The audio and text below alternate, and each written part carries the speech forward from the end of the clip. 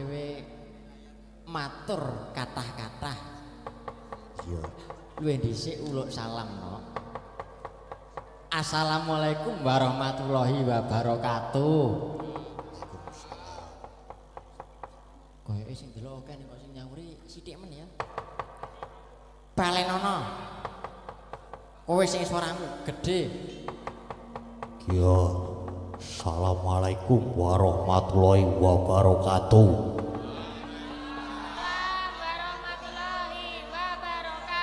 Larak ngono. Karakter seneng sing gede-gede kok ya, Mak. Gedhewe nek empuk apa? Tekan wayahe limbukan no. Iki awak dhewe sowan wonten ing dusun Gowok Sabrang, Desa Sengi, Kecamatan Dukun, Kabupaten Magelang. Iya, Mak. Kene iki Magelang mlompat kali wono kuwi wis Kabupaten Boyolali. Oh, ngono. Mula dhuwur banget. Dalane ora ketok dhuwur ning asine dhuwur banget. Ngaturake gunging panuwun kang tanpa pepindhan kaliyan ingkang kagungan damel inggih punika Bapak Sutarno utawi asma akrabipun Bapak Kirun saha Ibu Ponia. Ingkang kagungan kersa mala kramakaken putranipun ingkang asma Mas Arifin kadhawuhaken kaliyan Mbak Muzazinah ingkang mijil saking Demak Bintoro. Mbak Muzazinah menika putranipun Bapak Purhadi saha Ibu Mustofiah. Ya nderek mangayu bahagia ya Nok. Iya, Mak. Kalian pinanganten kekalih mugi-mugi pinanganten kekalih sakinah mawaddah warahmah. Amin. Besok anggone bangun Bale Wisma mugi tansah dadya keluarga ingkang kebak ing kanugrahan. Tansah ayem ayom tentrem noranono alangan sawiji apa. Tansah pinaringan kabagian kasarasan lan karukunan. Ya pinanganten kekalih ki ya mugi ya enggal pinaringan momongan. Allahumma amin. Aku wis melu ndedonga, saiki gantian kowe. Mbok menawa dongamu ki ya engko terus tinampa karo sing gawe urip. Oh, ngono, Mak.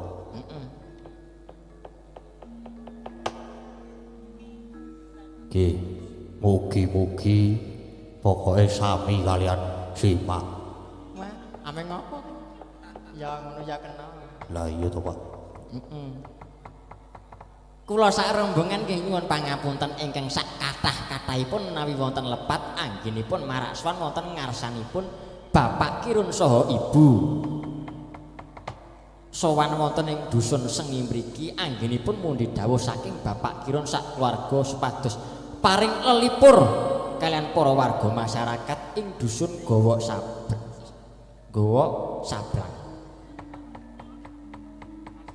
Ngregengke swasana ing dalu menika. Wah, jan. Bapak Kirun ki jan sembodo banget awak dhewe lho. Wah, digelarke papan sing bawera. Ha iya, Pak. Lho, lektenge gembyar. Lagi iki aku wayangan berbasis disco. Nah, kuwi mau, Mak. Jian gayeng nyenengke pokoke. Marem. Jian. Oh alah, pokoke matur nuwun ya, Nok. Iya, Mak. Matur nuwun. Iki awak dhewe nggawa rombongan saka Yojo. Kanca-kanca SMKI, ya kanca-kanca kuliah. Ya dialang kabeh sakmene iki ya. Saka sing ngempul tekan sing pojok dhewe mbonang kono dialang kabeh. Dalam kabeh, Mak. Apa kon maju siji-siji wae, Pak? Aja. Aja. Wis ben ngono wae. Iki sindene ana. Lah iki kiwa tengen. Cindenku sing lor dhewe kuwi kademen. Lor dhewe lor kidul dhewe. Ngono to. Cindene ana 7. 7. Cindene ana 7. Ning jane bintang tamune ki ana 2 nok. Oh, ana 2 jane. Mbak Elisa Mbak Yuna dhewe, Mbak Elisa. Ah, isi dhewe kidul dhewe. Diwa. Lah kuwi petingane para pesinden. Kuwi petingane para rombongan. Aku iki base lurahe sinden ya kuwi. Mula wani beda dhewe, tampil beda. Ning ya ora apa-apa aku malah seneng. Wis, ayo saiki nyuwun disepoti kanca-kanca. Supados Mbak Elisa jumeneng ae iki piyayi-piyayi do mirsani niki mau ngarep ngenteni Mbak Elisa ora karo Salaso. Ah iya, Pak. Yo, ayo kanca-kanca do disepoti. Tak delok tanda gawemu.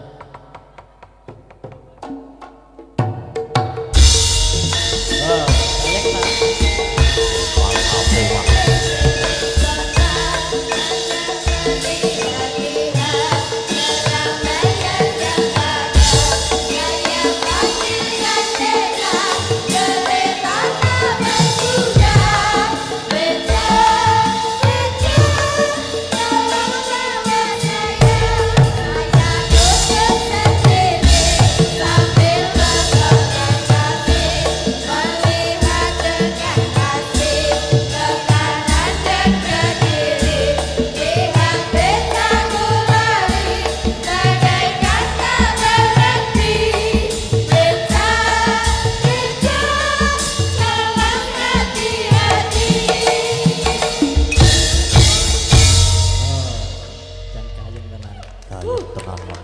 Sidane madhep kono Mbak Elisa ning kono. Oh ya madhep kono, madhep. Anu, macange Yulimbo. Nggih. Iki kok aku disepoti becak iki maksudnya apa? Apa kuwi kami teges utawa apa jenenge sasmita? Nek aku ki apa nek becak ngono? Wah, boten.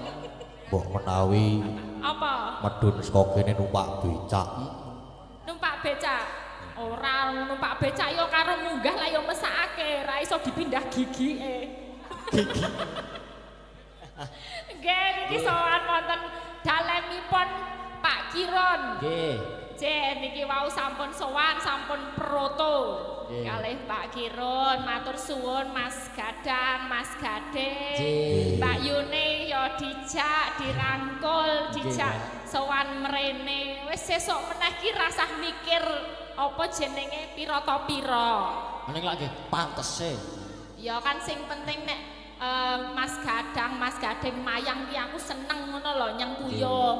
Apa meneh iki ditabuhi karo kanca-kanca sing isih enom-enom kabeh, timur-timur kabeh. Sing bonang ki sapa ta sik nganggo kacamata ki? Aku silau lah, kacamatane ngembun to, dadi ning kene malah Nika Nobita. Oh Nobita, nggih wanderek Mang Ayu Bagya, Mak Cange, Yulimbo. Nggih. Wonten apa gowok Gowok Sabrang. gowok Sabrang. Nggih, Desa Sengi. Desa Sengi, Dukun, Nggih. Magelang. Nggih. Nah, menika anggenipun saged mologram mekaken. Anggenipun putranipun saged polokromo. Polokromo. Mau wis ketemu karo mantene urung? Campur. Oh, sampun. Lah teko kene jam piro mo? Jare jam 10 lagi munggah. Nggih, lah kok dugi mriki jam 6. Lah kanca-kanca ki wong WIB kok. Piye? Waktu Indonesia WIB. Belanda. Waktu Indonesia Belanda. Nggih, Lah lah mergane ngopo? teng grup ki wis dibiawarake. Nah, nunggu Mangke- sapa? Mesti ana biang keroke raket tak siji loro iki mesti Mangke ana. jam 3 kumpul nggih, Cok. Nggih. Wah, aming sing mengenteni Rambutnya biru itu mesti. Nyaron. Sapa jenenge? Brantas Angkara. Ha niku Angkara tok. Ayo, perkara cah siji kabeh dadi telat iki mau. Nek sinden-sinden ya dadi siji iki mau sak bis. Dados tunggal. Wonten sing lambah kiambah. Oh nggih, ya sok ngati-ati sok didewekke nek sinden iki aja dekke siji karo yoga ya. Carane dalan munggah medhun gawat. Nggih. Gawat. Dewekke sesuk dewekke. Nggih niki hari yang bahagia Mas Gadang, Mas Gading. Dene iki ya isih apa riyaya to. dalam apa ya suasana Lebaran juga ada suasana pernikahan lagi melumpuk tumplek blek kabeh saake menungso menika masyarakat sampun melumpuk masyarakat nggih menika melumpuk sedanten nggih madhep kene kabeh jan seneng menika nggih mirsani anggenipun ulah gridonipun Mas Gadang kalih Mas Gading matur suwun rawuhipun mugi dadosaken renaning penggalih panjenengan sedaya sing do rawuh kene paringi panjang yuswa sehat paringi rejeki sing lumintu berkah barokah sing do dagang ya paringi laris dagangane sing do apa ya kerja ya paringi munggah pangkate sekolah sing do anak-anak ya tambahi anake Walah. kaya ngono niki kangge sik rawuh lah kangge temanten iki tendungake aku ya bingung siji sing dalang ya isih enom rong tau ngrasake mantenan padha aku ya rong tau dadi arep ngandani ke piye ya ning sing baku ya isone ndongake ya Le ndongake muga-muga temanten ke kalihipun nggih setunggal sak lawase langgeng setya slomo-lomonyo amin langgeng sak lawase wis iki mau ya aku ndelok kuwet ning nggon lawange Pak Kiron kuwi mau kok pripun ana kuwet ngerti kuwet to kuwet Kata-kata. nah kata-kata hari ini ora ana jangka kang kejangkah tanpa jinangkah apa piye mau ya oh ya bener ya kaya ngono anu Mbak kula kemutan ora ana panjangka sing ora dijangka kados apa men intine kita kudu melangkah lagi buktine Mas Arifin lek jangka ya adoh tenan tekan Demak sidane kejangkah tenan entuk bojo wong Demak ya gorene lah iki kan mentang antarane kene tekane lor kono ya pesisir lor ya tekan kene lah iki muga-muga iso menyatukan kedua keluarga iso bebrayane iso membuahkan hasil sesuk putrane iso sukses ngono dongane wis iso budaya ora mung sukses ning ya tresno karo budaya wong ya pas apa acara pernikahan ngene ya digelarke wayang ya Mas Gadang Mas Gading dadine iki iso dadi apa ya membahagiakan masyarakat nggih kabeh nggih tanduki apa ngono le ya Wamen seneng lah iki mbok menawa mengko Mas Arifin kalian Mbak Musasina iya bener nggih Musasina nggih. Musasina saged minggah wonten pepanggungan nggih. Mengke saged pinanggih supados sederek-sederek ingkang mirsani saking griya saged ngertos oh iki to mantene ngono karo njaluk resep ya mbok menawa piye to carane entuk jodoh. Tutor. Mas Gading lho lek golek sekali ping pira? Wah, Gading niku. Mbak Elisa. Niki wonten piye kaelokaning lelakon. Kaelokan ning lelakon piye? Yang sing anyar melu. Oh, lati. Pundi? Nomor 2. Oh, nomor 2. Sapa jenenge? Sapa jenenge? Namanya siapa? Aku kan perlu tahu gitu ya. Boleh dikasih mic dulu dong sebelum kita lebih lanjut. Aku kan kepo sebagai Rasa kakak. pucet ding, ojo pucet. Aku kan kepo. Namanya sinten, Mbak? Mbak Penti. So cute. Emang sebuah roda itu tanpa penti? Iku pentil. Iku sampo, Mbak. Berisi gitu ya. Mbak Penti dawane sapa? Dawane. Penti sapa? Ben ngerti ngono lho. Penti. Oh, dagel. Dagel. Banyol. Enggak apa-apa, boleh usaha itu penting. Usaha. Penti. Titik. Iki sapa sapa? Iki sing bar penti dawa iki mau ana imbuane ramburine, suwukane. Mboten sah ngangge mburi mawon. Oh, pun penti mawon. Oh. Anu udah lama. Udah lama maksudnya di sini nyindennya. Oh, nggih. Iki nembe mawon. Nembe mawon. Pengalaman nyinden gimana rasanya? Nggih, rasanya asik. Terus saged kenal kali rencang-rencang, nambah pengalaman. Asik. Nggih. Oh, ini dandan sendiri juga. Nggih. Oh, nggih. Oh, tapi awalnya dari SMKI apa enggak, Mbak Penti? Nggih, sekarang nembe ten SMKI. Baru. Nggih. Kelas berapa? Nembe kelas tunggal. Nah, itu lho. Gadengi kakak kelas sing wah jan wis tobat. Terus serengane lek enek sing mlebu kae ayo berburu kae. Ya ngono to. Lah kepiye to? Ngono kuwi ya. Ngono. Ketoke Mas. Mengayom. Kakak kelas ki mengayom. Oh lah iya mengayomi. Berarti ya enggak apa-apa ya namanya masih. Tapi bentar lagi kan ini udah lulus ya. Iya, kamu harus kuat hati. Nah, itu. Ya. Ini aku kan pengalaman gitu ya. Nanti kalau udah lulus, udah ketemu di tempat kuliah sama kamu kan di SMKI nanti juga banyak mangsa-mangsa yang akan melihat kamu sebagai sebuah mutiara gitu ya kan.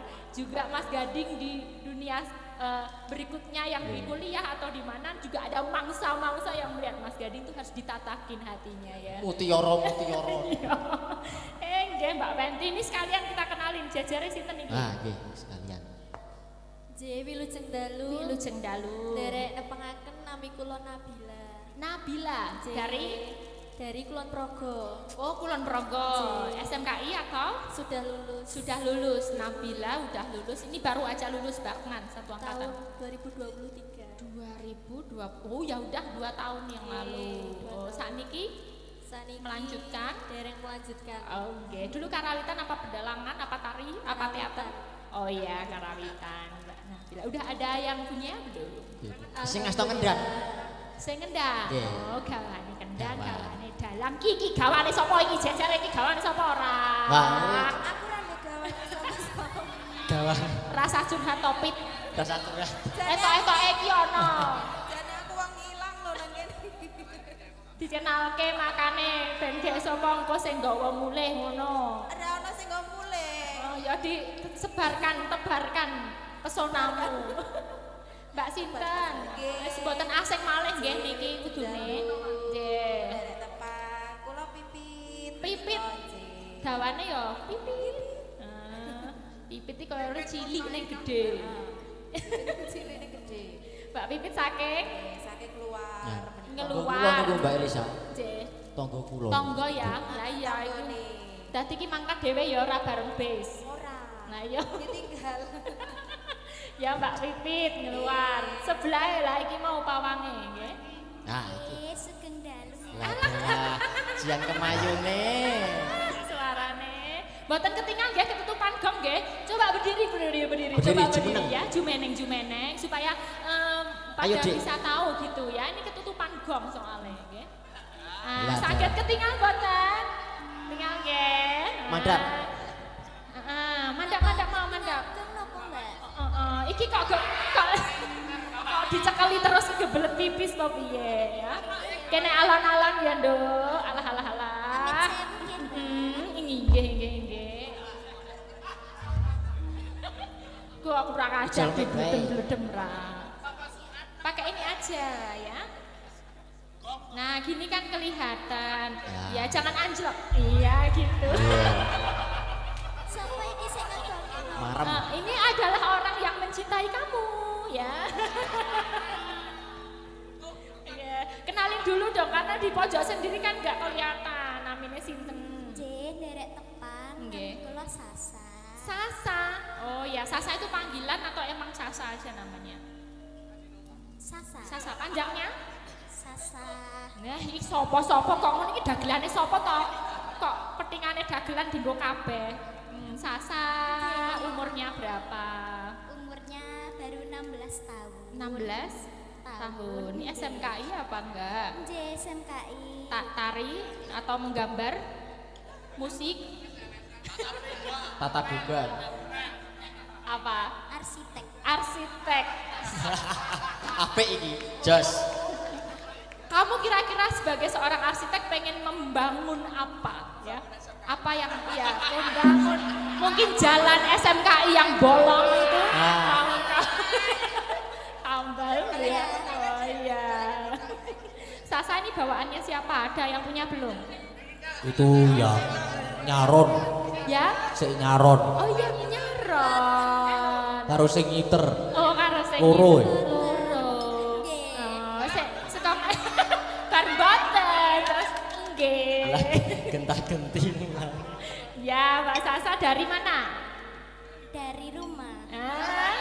Wis ngene iki SMKI ket biyen iki ngono kuwi dagelane. Dari rumah Sasan kuwi enggak dibeta, dalamnya enggak dibeta gitu. Ya Sasa, ini kamu jangan duduk dulu, aku cari partner dari sana. Nah, iki. Kita nanti nyanyi. Ya. Nah, iki sing sebelah kene. Seket mau kademen iki ketipisen kaya. Tipisen. Ya, pegang dulu mic-nya Kakak, Adik. Adik ya ampun aku kok ya tua ya. Sampun lah iki wis bolak-balik ketemu ning ya ora apa-apa di Magelang kan perlu diperkenalkan ya. Dengan senyum yang lebar monggo dikenalke namine sinten saking pundi terus statusnya pripun sakniki. Dadi nek mas-mas sing do sinoman ki nek ngira-ngira arep ngecim ngono kuwi iki wis iki oke apa ora gitu. Derek tepang nami kula Dewi Mega Prastiwi. Panggilannya Mega. Ega. Bisa voli juga. Bisa. Nyemes siapa-siapa. Rasa. Cakep. Ya Mbak Mega, sekarang usianya berapa? Dulu sekolah di mana? Usianya 16 tahun. Sekolah di SMK Negeri 1 Kasihan Batul. Kelas berapa? Di kelas setunggal. Kelas tunggal niki. Oke, udah berapa tahun nyinden? Belum lama. Ora ngapusi mosok wis beredar kok ora belum lama. Tapi nyindennya belum lama. Oh iya, 2 tahun 3 tahun terakhir ini ya. Ya status? Status punya pacar 5. Well, jane iki suhu. Aku kalah aku siji ra gablek. 5 ya? Itu juga aktif semua ya? Iya, aktif semua. Available. Iya. Oh ya. Hiperaktif mau. Siap Mbak Mega, mohon maaf Mbak Mega udah payu ya sedulur-sedulur. Jadi jangan dicim sebelahnya. Nah ini cantiknya, ya ampun, seperti bidadari. Ya, alah senyum toh ya mas. Jewi lucu dalu Mbak Elisa. Pilih cendalu. Jerek pitepangan nami kula Retno Dewi. Retno Dewi. J. Yang Retno apa yang Dewi? Retno Panggilannya. Retno bisa, Dewi bisa. Oh bebas. Oh suka mananya? Suka saya. Ya udah Retno aja ya. Umur berapa? Umurnya 20 tahun. 20. Dulu SMKI apa enggak? SMKI Solo. SMKI Solo. Iya. Ya sekarang Sekarang kuliah di ISI Surakarta. isi Surakarta semester Semester 2. semester 2. Udah punya pacar belum? Alhamdulillah Derek. Nganu niku Mbak. Hah? Nembe mawon putus niku. Nembe kok kowe ngerti sapa-sapa? Lah niku kuwi kanca kula. Hah? Kanca kula kampus kok. Lah iya kok sik wong wedok angger putus kok langsung ditulis dan Wah niku kula ki terus tak bunderi niku terus. Iki kanca persis iki, satu semester sama Nggih, kamu. satu semester. Satu angkatan. Satu angkatan. Oh iya, Mbak Retno apa Dewi?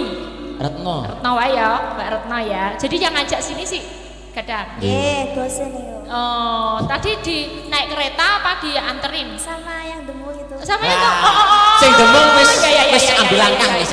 Oh iya, yang demung itu juga dari ISI Surakarta. Ya. Sama. Sama satu angkatan. Satu angkatan juga namanya Bagas. Bagas. Oh iya, Bagas Retno. Oke. Jos. Ya, oke, sebelahnya. Selamat malam. Selamat malam. Namanya siapa? Nama saya Naila. Naila. Iya. Umurnya? Umurnya Wah. Enggak Nggak usah ragu-ragu, kita nggak apa-apa. Bloko soal umur nggak popo. 19 tahun. 19 Iya, tahun. iya. Sekarang kuliah apa di mana? Kuliah. Kuliah di Isi Surakarta. Isi Surakarta jurusan Karawitan. Karawitan semester Semester 2. 2. Ikut rombongan ini tadi? Enggak, berangkat Oh, sendiri. Iya. Sama pacar? Iya. Pacarnya ikut? Iya. Mana? Oke, I know. Oke, nanti Bodyguard. kamu ikut nyanyi ya? Iya. Yuk, berdiri. Ini aku memilihin yang setimpal gitu. Enggak. Maksudnya itu adalah secantiknya gitu ya, cantiknya suaranya. Ngono, iki cara timbangan nih lah, yo aku Anu, ning anget. tengah iki beno, angetan gitu loh ya. Wow, baik. Caper. Apa? Oke, Naila, ya kita nyanyi satu lagu dulu buat teman-teman Nggih. kekalih ya. Nah, lagunya Dadi Hati ya. Nah, ini nanti gantian-gantian, nanti habis ini aku tak meminta manten untuk bisa ke atas bawah. Nggih. Sekarang. Oke, yuk coba. Barang. Dari sini.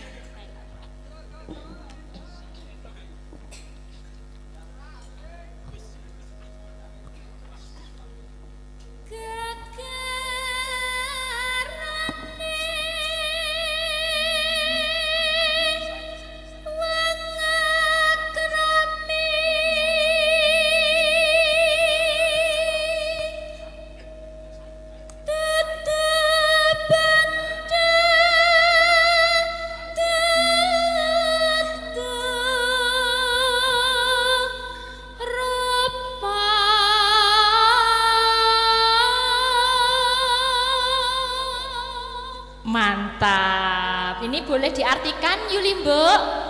Nah, iki. Apa mau? Gegarane wong akrami dudu bondo dudu rupa. Ayo dalammu tuh iso.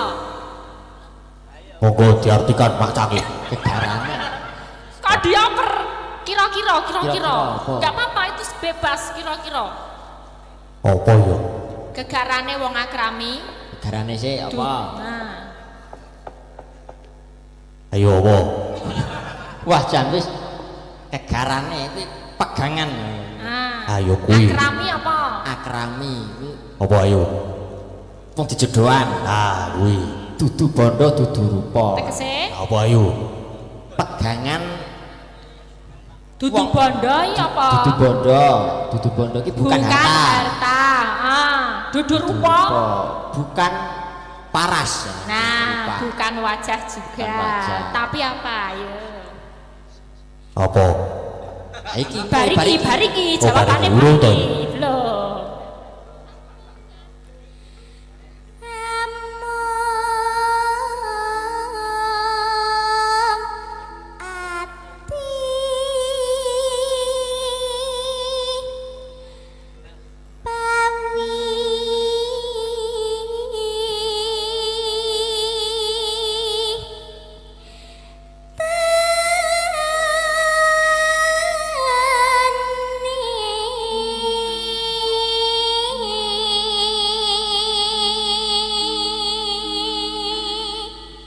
Jasiki aku rasalah milih sinden dua ini bagus semua suarane.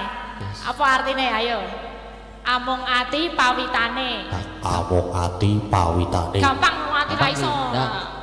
Ayo. Apa ayo? Kowe kuwi Piye to? Ayo coba. Amung ati. Amung ati pawitane. Apa ayo? Aku ki bumet ket mau wawan ki. dari hati ya iki. Pawitane berarti apa? Modale. Nah, Modal modalnya itu dari hati. Jadi bukan dari moto ya. Oh, Nggih. Iya. modal dari hati. Mm. Sesuk nek rabi mangane mengati. Oh ya, padahal ya butuh lho, rabi Lah. sing utamai duwite ya. Ah, iku. Luput pisan kena pisan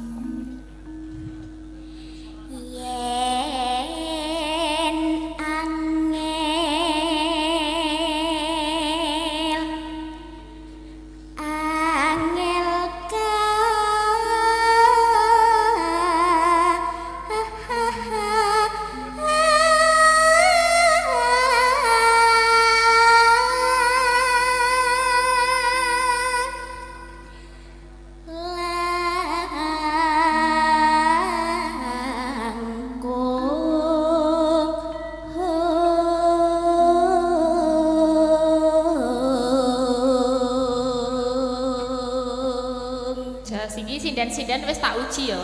Saiki aku mau menguji wiraswara. Iki sapa wae? Sapa wae jenenge? Yang sebelah sini. Hah? Ngopo? Ayo wiraswara bareng. Perkenalan. Ora madang wae, ngono. Tan kena tinumbas arta bareng. Kudu iso bareng lho, awas nganti ra iso bareng.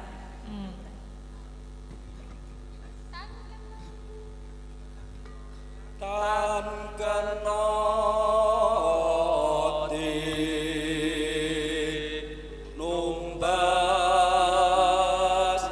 arta.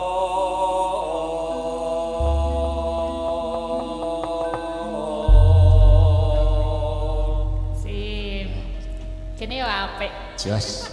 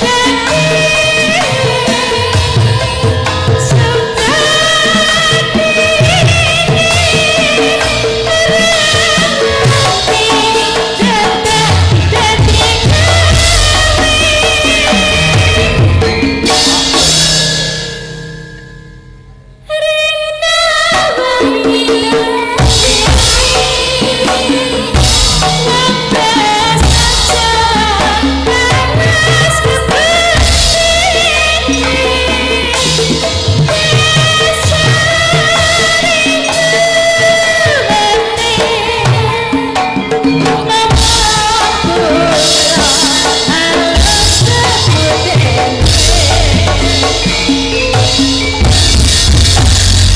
biasa sip jos. Matur suwun. Nah ngene iki kan kolaborasi yang baik. Dadi iki sing bendo ajar kendel. Nggih. Ya menika sampun lah menika Mas Gading nyuwun wekdal mbok menawi temanten kekalih saged minggah wonten pepanggungan. Nggih. Dikasih